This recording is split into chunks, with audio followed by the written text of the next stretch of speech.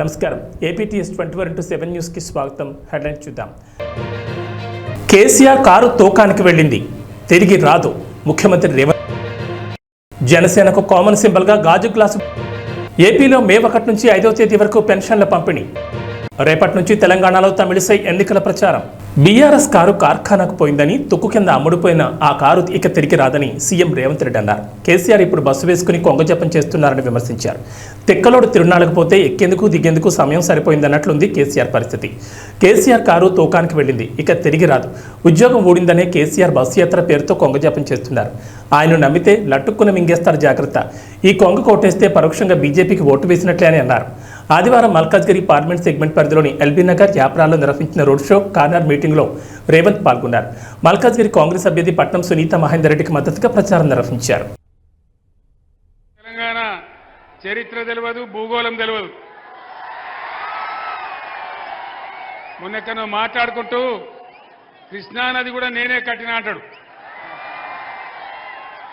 ఎవడన్నా నది కడతాడా ప్రపంచంలో? కట్టినా అంటే సోషల్ మీడియాలో భయంకరంగా ట్రోలింగ్ చేసినారు వాళ్ళందరూ కూడా. ఏరి కోరి మొగర్ని తెచ్చుకున్నాడు ఒక ఆమె. ఏరి కోరి మొగర్ని తెచ్చుకుంటే ఎగిరెగిరి తనిండట వాడు. మనం ఇలా వాళ్ళ అడ్డగోలు హామీలు చూసి మోసపోయి ఓట్లేస్తే కేవలం 4-5 నెలలే ఏం జబ్బొచ్చింది నాకు అర్థం కాదు. తెలంగాణకు కరెంట్ ఎక్కడ పోయింది, సాగునీళ్ళు ఎక్కడ పోయినాయి, పంటలు ఎందుకు ఎండుతున్నాయి, మంచినీళ్ళ కరువు ఎందుకు వస్తున్నది?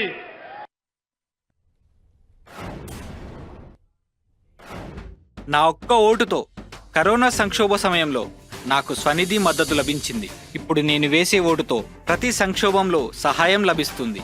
ఇది మన మోదీ గ్యారంటీ. మరి నా గ్యారంటీ? మరోసారి కమలం పువ్వుకు ఓటేద్దాం, బీజేపీని గెలిపిద్దాం. ఏపీలో ఎన్నికల రోజు సమీపిస్తున్న తరుణంలో జనసేన పార్టీకి ఎన్నికల సంఘం శుభవార్త చెప్పింది. జనసేన పార్టీకి ఫ్రీ సింబల్గా ఉన్న గాజు గ్లాస్ గుర్తును కేటాయించింది. జనసేనకు గాజు గ్లాస్ గుర్తు కేటాయింపై ఈసీ నుంచి ఇప్పటికే జనసేనకు సమాచారం వచ్చింది. తాజాగా కలెక్టర్లతో జరిగిన సమావేశంలోనూ ఏపీ ఎన్నికల ప్రధాన అధికారి ముఖేష్ కుమార్ మీనా దీనికి సంబంధించి కీలక ఆదేశాలు జారీ చేశారు. ఎన్నికల్లో జనసేన సింబల్గా గాజు గ్లాస్ గుర్తు కేటాయించాలని కలెక్టర్లకు సూచించారు.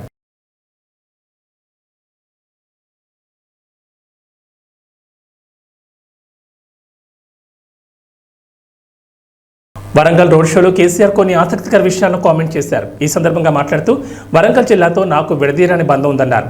పోరుగాళ్ళు అయితేనే తెలంగాణ వచ్చిందని, 24 అంతస్తుల హాస్పిటల్ కట్టుకున్నామని సీఎం అద్దం పద్దం లేని మాటలు మాట్లాడుతున్నారని కేసీఆర్ అన్నారు. కాళేశ్వరం ప్రాజెక్టుతో కాకపోతే వరంగల్ జిల్లాకు నీళ్లు ఎలా వచ్చాయని, సీఎం ఎక్కడో కృష్ణానది కూడా నేనే కట్టానన్నాడని, తెలంగాణ భౌగోళికం గురించి రేవంత్ రెడ్డికి తెలియదన్నారు. ఇక్కడి వనరుల గురించి ఆయనకు అవగాహన లేదని కేసీఆర్ అన్నారు.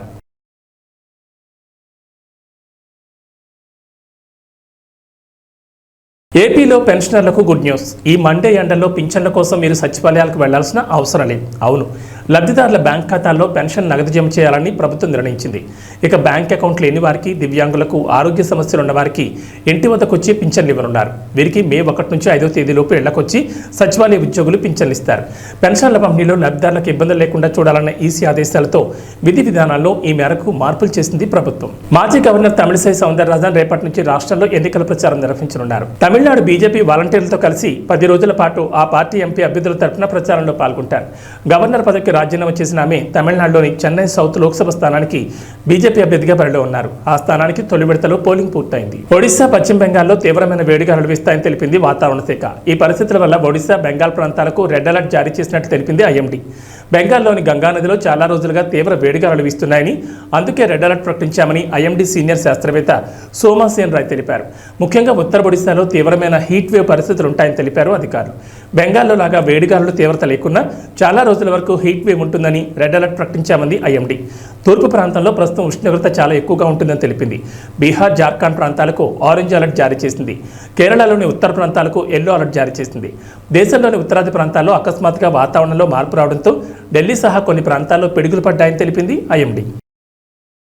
So now this heat wave present condition is very much vulnerable to all people. Initially actually we used to say that initial stage that it was it is dangerous for the vulnerable group, that is infant and the aged. But now this condition is vulnerable to each and every one of us. Even young people may have the heat stroke, then your heat cramp and all these things.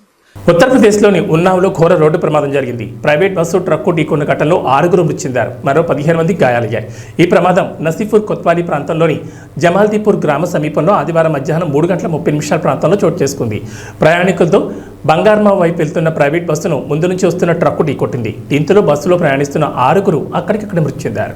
దేశంలో మరో అతిపెద్ద drugs రాకెట్ను narcotics control bureau ఛేదించింది. భారత్లోకి అక్రమంగా మాదక ద్రవ్యాలు సరఫరా చేయాలనుకున్న పాకిస్తానీయుల కుట్రల్ని భగ్నం చేసింది. Anti terrorist narcotics control bureau చేపట్టిన ఆపరేషన్లో భాగంగా 602 కోట్ల విలువైన మాదక ద్రవ్యాలను అధికారులు ఆదివారం స్వాధీనం చేసుకున్నారు. గుజరాత్ తీరంలో ఏకంగా 86 కిలోల డ్రగ్స్ను అధికారులు సీజ్ చేశారు. నిందితులను అదుపులోకి తీసుకునేందుకు ప్రయత్నిస్తుండగా ఎదురుకాల్పులకు పాల్పడ్డారు. వారిని చుట్టుముట్టిన 14 మందిని అరెస్ట్ చేశారు. వీరిని పాకిస్తాన్ చెందిన వారిగా గుర్తించారు. ఇటీవల గుజరాత్, రాజస్థాన్లో రహస్యంగా నడుపుతున్న డ్రగ్స్ ల్యాబ్ల గుట్టును నార్కోటిక్స్ కంట్రోల్ బ్యూరో రట్టు చేసింది. ఈ ప్రాంతంలోని 3 తయారీ కేంద్రాల నుంచి సుమారు 300 కోట్ల విలువైన మాదక ద్రవ్యాలను స్వాధీనం చేసుకుంది. ఈ సంఘటన జరిగిన మరుసటి రోజు గుజరాత్ తీరంలో పెద్ద ఎత్తున డ్రగ్స్ పట్టుపడడం కలకలం రేపుతోంది. ఆంధ్రప్రదేశ్లో వరుసగా రెండోసారి అధికారంలోకి రావడమే వైసీపీ లక్ష్యంగా పెట్టుకుంది. మ్యాజిక్ ఫిగర్కు అవసరమైన సీట్లను సాధించడానికి రాజకీయ వ్యూహాలకు పదును పెడుతోంది. వైసీపీపై ప్రజల్లో వ్యతిరేకత ఎక్కువగా ఉండడంతో వైసీపీ నేతలు ఒకంత ఆందోళన చెందుతున్నట్లు తెలుస్తోంది. సీఎం జగన్ మేమంతా సిద్ధం బస్ యాత్ర తర్వాత కూడా నియోజకవర్గాల్లోని పరిస్థితులు వైసీపీకి అనుకూలంగా లేవనే సంకేతాలు వెలువడంతో ఇక చివరి అస్త్రాన్ని ప్రయోగించాలని వైసీపీ నిర్ణయించినట్లు చర్చ జరుగుతోంది. జగనన్న అమ్మఒడి ఇది నిజంగా నా పెట్ ప్రాజెక్ట్. అంటే అన్ని ఎవడు ఊహించిన ప్రాజెక్టులు అన్నీ నా పెట్ ప్రాజెక్ట్స్, కానీ అన్ని నా ప్రజల కష్టాల నుంచి, వాళ్ళ కష్టాలను చూసి వాటిని మంచి బాగుపరచాలి, వాళ్ళ బ్రతుకులను తాపత్రయం నుంచి బయటకు వచ్చిన ప్రతి స్కీము. జగనన్న అమ్మఒడి అనేది పిల్లలకు సంబంధించింది కాబట్టి నాకు మనసుకు చాలా దగ్గర. ఇది ఇంతకుముందు 15,000 రూపాయలు ఉండేది అమ్మఒడి. 13,000 అక్క చెల్లెమ్మల చేతికి నేరుగా ఇచ్చే పరిస్థితి. మరో 2,000 వాళ్ళ స్కూలు బాగోగుల కోసం SMF, TMF, school maintenance fund, toilet maintenance fund కింద తల్లులకే ప్రశ్నించే హక్కు కల్పిస్తూ వాళ్ళ గవర్నమెంట్ బడుల స్కూల్స్ మెయింటెనెన్స్, టాయిలెట్ మెయింటెనెన్స్ కోసం 2,000 రూపాయలు వాళ్ళకు ప్రశ్నించే హక్కు కల్పిస్తూ వారి తరపున ఇచ్చే కార్యక్రమం. ఆ అమ్మఒడి 15,000 కాస్త 17,000కు పెంచుతా ఉన్నాం. తల్లి చేతికి నేరుగా 15,000 వస్తుంది. ఆ తర్వాత ఆ పిల్లలు వెళ్ళే గవర్నమెంట్ బడులు, ఆ స్కూల్స్లో ఉన్న టాయిలెట్ మెయింటెనెన్స్ కోసము, ఆ స్కూల్స్ మెయింటెనెన్స్ కోసము మరో 2,000 రూపాయలు ఆ తల్లి పేరుతో తల్లికి ప్రశ్నించే హక్కు కల్పిస్తూ మరో 2,000 రూపాయలు దానికోసం కేటాయిస్తూ మొత్తానికి అమ్మఒడి 17,000 రూపాయలు చేస్తూ తల్లి చేతికి 15,000 ఇవ్వడం జరుగుతుంది. స్కూల్స్ మెయింటెనెన్స్, టాయిలెట్స్ మెయింటెనెన్స్ కోసం 2,000 ఇవ్వడం జరుగుతుంది. ఇంటి వద్ద పింఛన్లు ఇవ్వకుండా గత నెలలో 32 మంది పింఛన్దారులని ముఖ్యమంత్రి పొట్టన పెట్టుకున్నారని టీడీపీ అధినేత చంద్రబాబు నాయుడు ధ్వజమెత్తారు. రాజకీయ పిచ్చితో పేదల ప్రాణాలతో చెలగాటమాడొద్దని హితవు పలికారు. ఇలా ప్రాణాలు పోగొట్టుకున్న వారి ఆత్మలు ముఖ్యమంత్రిని భూస్థాపితం చేస్తాయని హెచ్చరించారు. ఆదివారం ఆయన కర్నూలు జిల్లా మంత్రాలయం నియోజకవర్గంలోని కౌతాళం, కోడుమూరు నియోజకవర్గంలోని గూడూరులో నిర్వహించిన ప్రజాకాలం బహిరంగ సభలో మాట్లాడారు. పింఛన్లను లబ్ధిదారులు ఇంటికి తీసుకెళ్లి అందించాలన్నారు. 200 పింఛన్ 2,000కు పెంచింది తానేనన్నారు. టీడీపీ అధికారంలోకి రాగానే పింఛన్ 4,000కు పెంచుతామని, పెంచిన మొత్తాన్ని ఈ ఏప్రిల్ నుంచి అమలు చేస్తామని పునరుద్ఘాటించారు. ఫామ్లో ఉన్న సన్ రైజర్స్ హైదరాబాద్ను మడత పెట్టేసిన రాయల్ ఛాలెంజర్స్ బెంగళూరు మరో అద్భుత ప్రదర్శనతో వరుసగా 2వ విజయం దక్కించుకుంది. గుజరాత్ టైటన్స్పై సమిష్టి ప్రదర్శన కనబర్చి మ్యాచ్ను దక్కించుకుంది. 24 బంతులు మిగిలి ఉండగానే 9 వికెట్ల తేడాతో ఆర్సీబీ విజయం సాధించిన పాయింట్ల పట్టికలో మాత్రం అట్టడుగును కొనసాగుతోంది.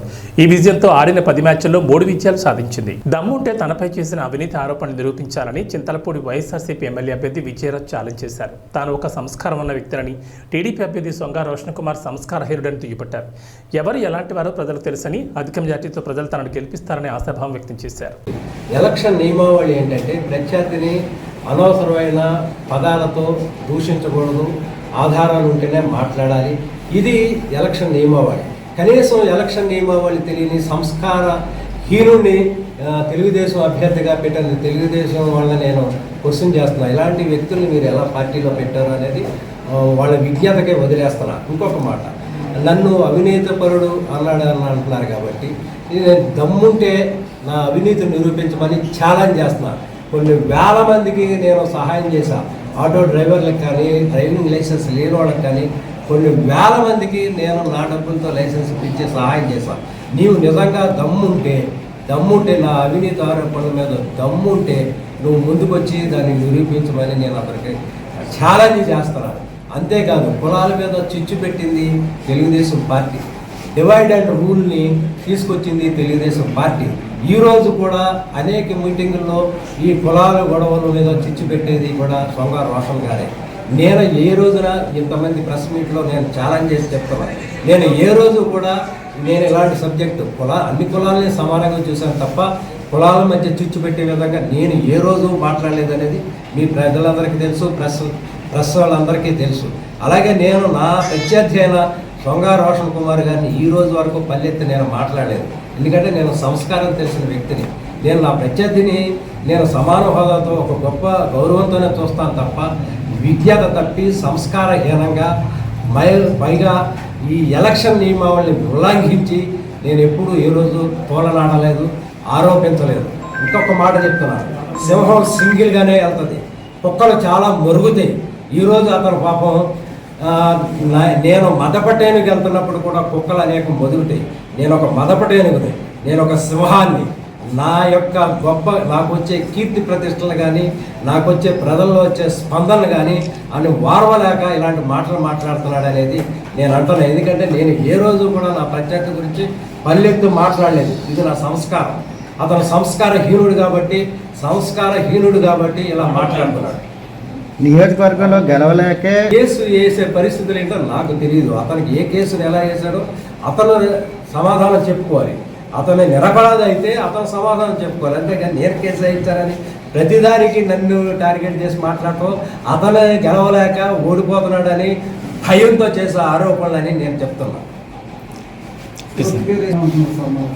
సైకిల్కి గేర్లు ఎక్కడ పడతాయి, సైకిల్కి గేర్లు ఆయనకి స్పీడ్ పెంచమారండి, మాకు సంతోషమే. ఆయన స్పీడ్ పెంచితేనే కదా మాకు కూడా తెలిసేది. ప్రత్యర్థి ఎంత గొప్పవాడైతే అంత బలంగా ఢీ కొనాలని నేను చూస్తున్నాను. ప్రత్యర్థి గొప్పవాడిని సమవుజ్జిని ఎన్నుకోవాలని నేను చూస్తున్నాను. కానీ ప్రత్యర్థి దగ్గర దమ్ము లేదు, ధైర్యం లేదు. ఓటమి భయంతో అతను ఈరోజు పిచ్చిగా మాట్లాడుతున్నాడని నాకు అర్థమైంది. ఏ రోజు నేను ఏ ప్రెస్ మీట్లో కూడా నా ప్రత్యర్థిని నేను దూషించలేదు. నా ప్రత్యర్థిని గౌరవిస్తాను. ఎందుకంటే సమవుజ్జితో పోటీ పడటం నా ధర్మం. కాబట్టి నేను నా ప్రత్యర్థిని గౌరవిస్తాను. కానీ అతనే ఒక మతి భ్రమించి ఓటమి భయంతో పిచ్చిగా మాట్లాడుతున్నాడని నాకు ఈరోజు అర్థమైంది. కాబట్టి అతని యొక్క విమర్శలు తిప్పుకొట్టాలి కాబట్టి నేను ఇలా మాట్లాడుతున్నాను. ఇంకొకటి, ఎప్పుడు కూడా ఎవరైనా ప్రతిపక్షం వాళ్ళని కానీ లేదా ప్రత్యర్థిని కానీ ఇలా తోలనాడటం అనేది ఎలక్షన్ నియమావళికి విరుద్ధం. ఎలక్షన్ నియమావళి ప్రకారం ఎదుటి వ్యక్తులను గౌరవించాలి.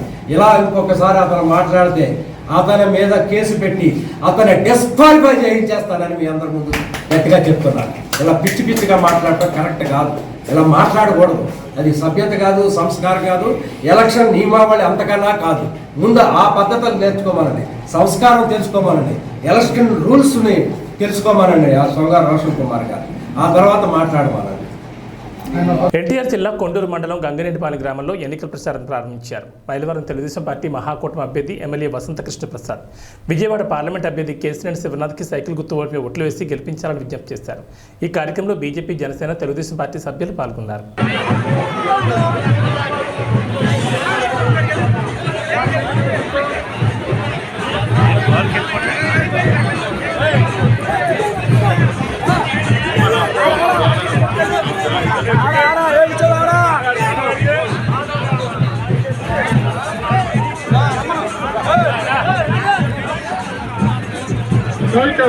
సైకిల్ గుర్తుగా పవిత్రమైన అమూల్యమైన ఓటుకు వేసి గెలిపించవలసిందిగా కోరుతున్నాము. ఓటర్ మహాశీలరా దయచేసి వెనకాల ఉన్న కార్యకర్తలు అభిమానులతో ముందుకు రావాలండి. ఏలూరు జిల్లా చింతలపూడి నియోజకవర్గం మట్టంగూడెం గ్రామంలో యువ నాయకులు గంటా సాయి నాయకత్వంలో యువకులు, మహిళలు దాదాపు 50 కుటుంబాలు టీడీపీ తీర్థంపుచ్చుకున్నాయి. ఈ కార్యక్రమానికి ముఖ్య అతిథిగా ఉమ్మడి అభ్యర్థి సోంగారు రోషన్ కుమార్ హాజరయ్యారు. తెలుగుదేశం పార్టీ దిక్కుగా తెలుగుదేశం పార్టీ అభివృద్ధికి చిహ్నంగా భావించి ఈ పార్టీలో జాయిన్ అవడానికి వచ్చాడు. మన అపదాసుడు మరీదాసు అనుచరులు మొత్తం వస్తారు.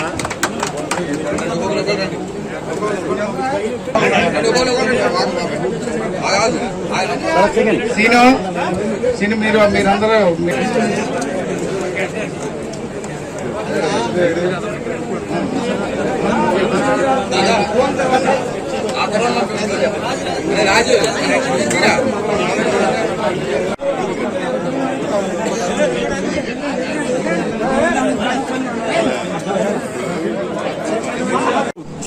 చింతలపూడి నియోజకవర్గం లింగపాలెం మండలం మఠంగూడెంలో వైసీపీకి చెందిన దాదాపు 300 మంది తెలుగుదేశంలోకి చేరడం జరిగింది. ఈ యొక్క చేరికలు గంటా సాయి గారి ఆధ్వర్యంలో మరి పెద్ద ఎత్తున తెలుగుదేశంలోకి చేరికలు జరిగాయి. మరి దీంతో అర్థమవుతా ఉంది మఠంగూడెంలో వైసీపీ అంతా కూడా మటాష్ అయిపోయింది. ఇక్కడ వార్ వన్ సైడ్ అయిపోయింది తెలుగుదేశంకి. గంటా సాయి గారిని మేము ప్రేమతో వారిని ఆహ్వానించాము. అలాగే వారికి సముచితమైన స్థానం గౌరవం పార్టీలో ఇస్తాము. ఇక్కడ ఉన్న సమస్యలపై ఏదైనా ఉన్నా కూడా వారిని సంప్రదించవచ్చు. అలాగే తెలుగుదేశం, జనసేన, బీజేపీ ఉమ్మడి పార్టీ తరఫున మేము వారికి మఠంగూడెం గ్రామానికి ఎప్పుడు కూడా తోడుగా ఉంటామని చెప్పి మీడియా ముఖం ద్వారా నేను చెప్తున్నాను.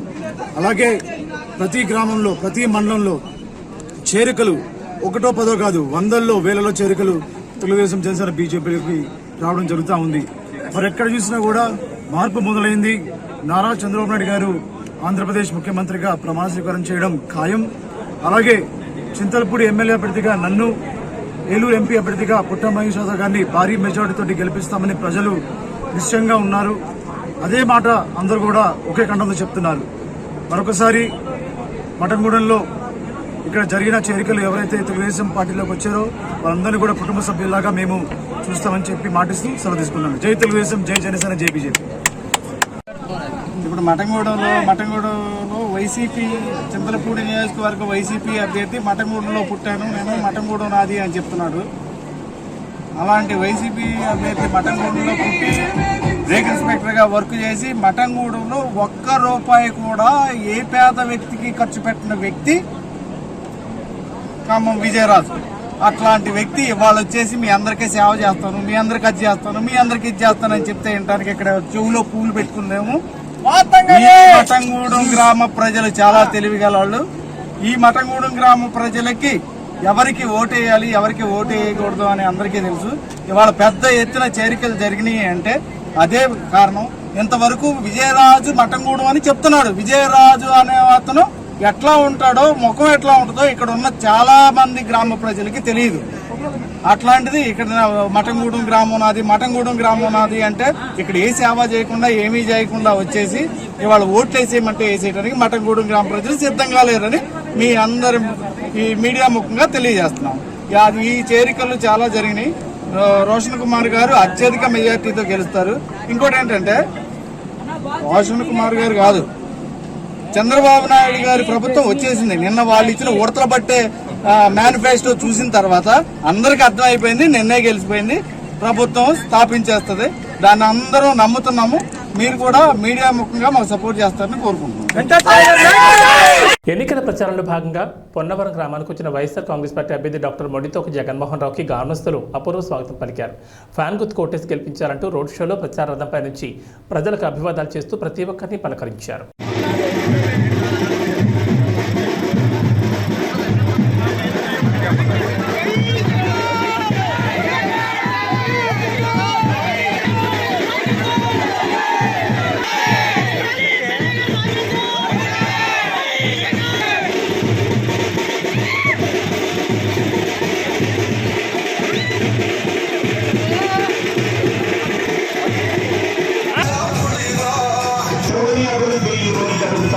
మొట్టమొదటిసారిగా స్కూళ్ళు మారుతా ఉన్నాయి, గురుకులేలు మారుతా ఉన్నాయి, హాస్పిటల్స్ మొట్టమొదటిసారిగా ప్రివెంటివ్ కేర్ అన్నది దేశానికే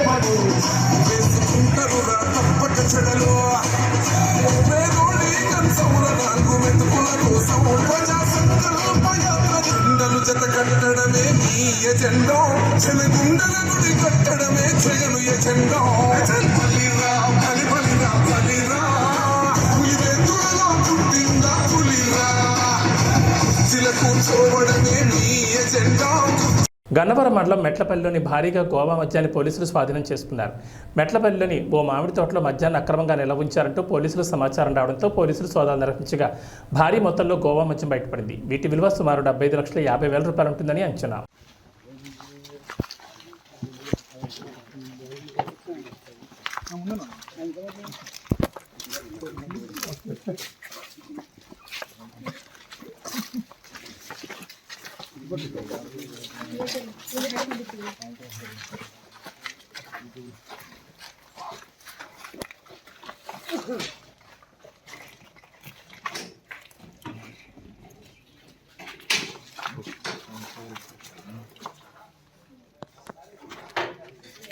తెలుగు న్యూస్. రైల్వే కోడూరులో కాంగ్రెస్ పార్టీ సర్వసభ్య సమావేశం జరిగింది. ఈ కార్యక్రమానికి ముఖ్య అతిథిగా రాజంపేట పార్లమెంట్ అభ్యర్థి ఎస్కే బషీర్ పాల్గొన్నారు. ఈ సందర్భంగా మాట్లాడుతూ గోసారదేవి గెలుపుకు పిలిపించిన కాంగ్రెస్ పార్టీ నాయకులు రైతులను అన్ని విధాలా ఆదుకుంటామని హామీ ఇచ్చారు.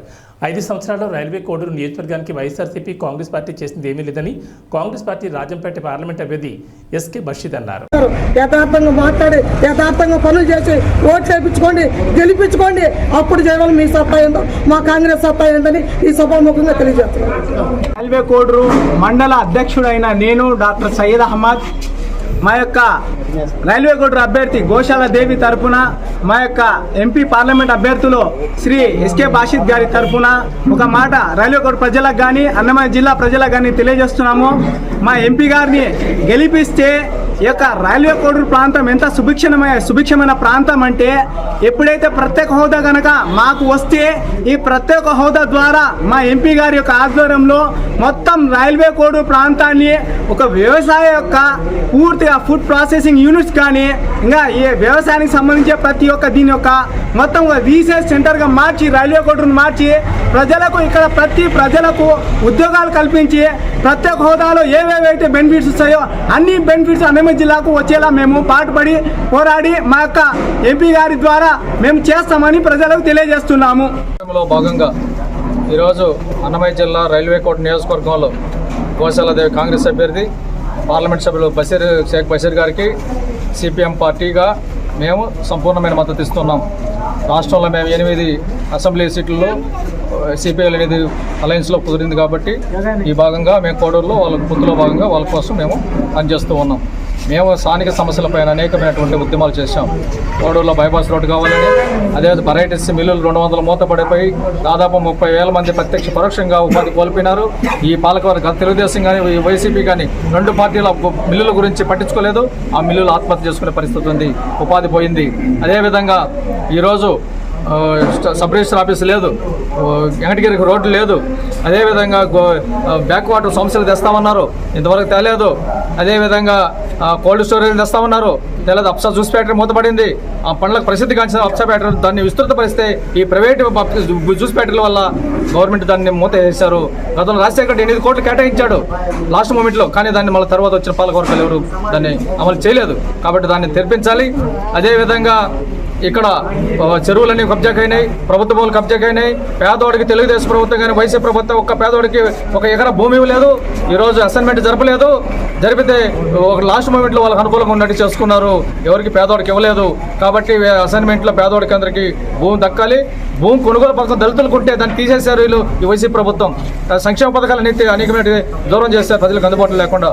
రెండోది ఈరోజు డంపింగ్ యార్డు వెంకటేశ్వర స్వామి గుడి కాడ దగ్గర వేశారు. అది ఎక్కడైనా మన టౌన్కి 10 కిలోమీటర్ దూరంలో డంపింగ్ యార్డ్ వేయాలి. కానీ అక్కడ చెత్త అంతా తీసుకుని అక్కడ వేసి కాల్చి టైర్లు కాల్చి మొత్తం పొగంతా అక్కడ వాలి పొల్యూషన్ కానీ తట్టుకోలేక ఎండల నుంచి పరుగులు తీస్తున్నారు గత 5 రోజుల నుంచి. ఈరోజు అనేక అధికారులు చెప్పినా పట్టించుకోలేదు. కాబట్టి వెంటనే అధికార పార్టీ వాళ్ళు దాన్ని సరి తీసుకొని దాన్ని అనంతరాజపేటలో దూరంగా ఏటికాడ ఉన్నటువంటి దాంట్లో పరంపొక 25 ఎకరాల స్థలం ఉంది, దాంట్లో వేయాలి. కానీ ఇక్కడ ఎవరు కేటాయించారు. కాబట్టి దీనివల్ల పసిపిల్లలు ఊపిరాటం లేదు. ఇప్పుడు ఇక్కడ పరుగులు తీస్తున్నారు దాంట్లో. వెంటనే దీన్ని చర్య తీసుకోవాలని చెప్పి ప్రజల ప్రాణాలు కాపాడాలని మేము ఈ సందర్భంగా సిపిఎంగా డిమాండ్ చేస్తున్నాం. భవిష్యత్తులో వీళ్ళందరూ కలిసి పార్లమెంట్లో గెలిపించి పంపించాలని, ఈరోజు ప్రజాస్వామ్యాన్ని కాపాడాలని చెప్పని కోరుతున్నాం. వ్యాక్సినేషన్కి అవినీతికి వ్యతిరేకంగా పోరాటం చేయాల్సింది సిపిఎం పార్టీ పోరాటం చేస్తుంది. స్థానిక సంస్థలపై రాజీలేట్ పోరాటం చేస్తుంది. కాబట్టి మేము సిపిఎం పార్టీ ఉద్యోగులు, కార్మికులు, హక్కులు వాళ్ళందరూ కూడా దళితులు, పేదలు అందరి కోసం పనిచేస్తుంది సిపిఎం పార్టీ. మేము ఈ కాంగ్రెస్ అభ్యర్థుల గెలుపు కోసం కృషి చేస్తామని సందర్భంగా తెలియజేస్తున్నాం.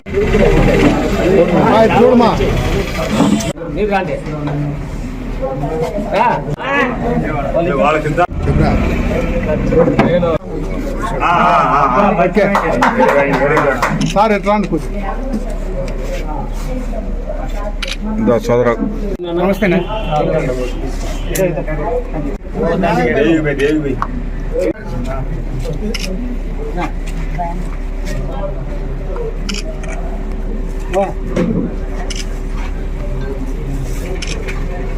డోన్ నియోజకవర్గంలో టీడీపీ నాయకులు ఫ్యాక్షన్ రాజకీయాలు స్టార్ట్ చేస్తున్నారు. ప్రజలు అప్రమత్తంగా ఉండాలని, టీడీపీ వల్ల ఎవరికి రక్షణ లేకుండా పోయిందని, ప్రశాంతంగా ఉండాలని బొగ్గన రాజేంద్రనాథ్ రెడ్డి కోరారు. ఒక్కసారి గమనియండి, నేను వాళ్ళే పేపర్లో కొట్లాడుకుంటారు. ఆ కొట్లాటను ఈ పక్క 15 జీపులు, ఆ పక్క 15 జీపులు తీసుకొని వెంటబడుకుంటూ డోన్కు పోతారు. ఆడ నుంచి వెంటబడుకుంటూ బేతంచెర్లకు పోతారు. అక్కడ నుంచి పరిగెత్తిపోయి నా దగ్గరలో కూర్చుంటారు. ఎంత అన్యాయం అండి ఇది. అంటే మీరు మళ్ళా పాత కక్షలు, పాత పద్ధతులు నేర్పియాలనే ఉద్దేశం మీలో ఉందా? లేకుంటే ఎందుకు గాను 15 రోజుల లోపలనే ఎందుకు ఈ సంస్కారం మొదలు పెడుతున్నారని చెప్పి ఒక్కసారి పెద్దోళ్ళు మీరు అందరూ కూడా గమనించాలి. చాలా మంది ఇక్కడ వయసుల పెద్దోళ్ళు పూర్వకాలం కక్షలు ఎట్లున్నాయి, పూర్వకాలం కొట్లాటలు ఎట్లున్నాయి, పూర్వకాలం అస్తమానం పోలీస్ స్టేషన్ చుట్టూ తిరిగేదండి, పూర్వకాలం ఎట్లా జైళ్ళ చుట్టూ తిరిగినారు, పూర్వకాలం దెబ్బలు తేల్చుకొని ఆసుపత్రికి ఎట్లా పోయినారు, పూర్వకాలం ఎంతమంది ఇళ్లలో భర్తలను పోగొట్టుకొని ఈ పార్టీల వలన మునమపులు ఇంట్లో ఉన్నారనేది చాలా మందికి తెలుసు. ఇంత జాగ్రత్తగా మన నియోజకవర్గాన్ని తీసుకొని వచ్చి కేవలం ప్రతి ఒక్క వ్యక్తి కులాలకు, మతాలకు అతీతంగా ప్రతి ఒక్కరు కూడా బాగుపడి, ప్రతి ఒక్కరు పిల్లలను బాగా చదివించుకొని, ప్రతి ఒక్కరు ఒక మంచి భవిష్యత్తు ఉండాలని చెప్పి మనం పోరాడుతూ ఉంటే, నిన్నగాక మొన్న 15 రోజుల కింద వచ్చి సొంత ఊరికి రోడ్ వేసుకలే కానీ వచ్చి కొట్టాటలు పెట్టడానికి తయారవుతున్నారు. మీరందరూ కూడా ఒక్కసారి జాగ్రత్తగా ఆలోచన చేసుకొని ఎవరు మంచి. ఈరోజు మీరు గమనియండి, చంద్రబాబు ప్రచారం అది బాగలేదు, ఇది బాగలేదు, అది బాగలేదు కాబట్టి నాకు ఓటేయండి అంటే, ఇది బాగలేదు, అది బాగలేదు కాబట్టి ఓటేయండి. ఇదే జగనన్న ప్రచారము, మీ ఇంట్లో మంచి అని జరిగింటేనే నన్ను ఆశీర్వదించండి అని అంటున్నాను. అది మొగని మాట. కూడా ఒక్కసారి జాగ్రత్తగా ఆలోచన చేసుకొని గ్రామ నాయకులు కానీ, గ్రామంలో ఉండే పెద్దలు కానీ మీ గ్రామాల గురించి ఎంతో దీర్ఘంగా ఆలోచన చేసి ఒక ఆపుగా ఉండరు. కాబట్టి రాబోయే కాలంలో మీరు 2014లో 2019లో ఏ విధంగా అయితే మమ్మల్ని అందరినీ కూడా అభిమానంతో, ప్రేమతో ఆశీర్వదించినారో, ఈ తడవ కూడా మీరు అంతకంటే కూడా పెద్ద మెజారిటీతో మీరు ఖచ్చితంగా మమ్మల్ని ఆశీర్వదిస్తారని చెప్పి నేను సంపూర్ణ నమ్మకంతో మీ అందరినీ కూడా మరొకసారి ఫ్యాన్కుపై 2 ఓట్లు ఎంపీకి బ్రహ్మానంద రెడ్డి గారికి, ఎమ్మెల్యేకు నన్ను మీరు ఆశీర్వదించాలని చెప్పి కోరుతూ సెలవు తీసుకుంటాను.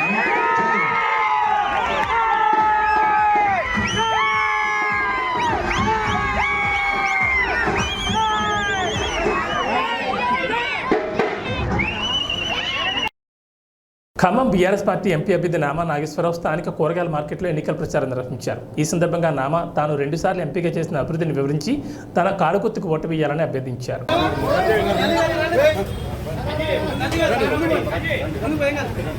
జై తెలంగాణ, కారుగుర్తుకే కేసీఆర్ గారి నాయకత్వం, నామా నాగేశ్వరరావు గారి నాయకత్వం.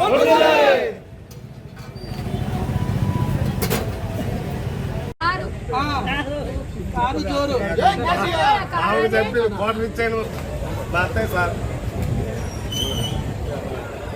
46 ఎండాలి కదా.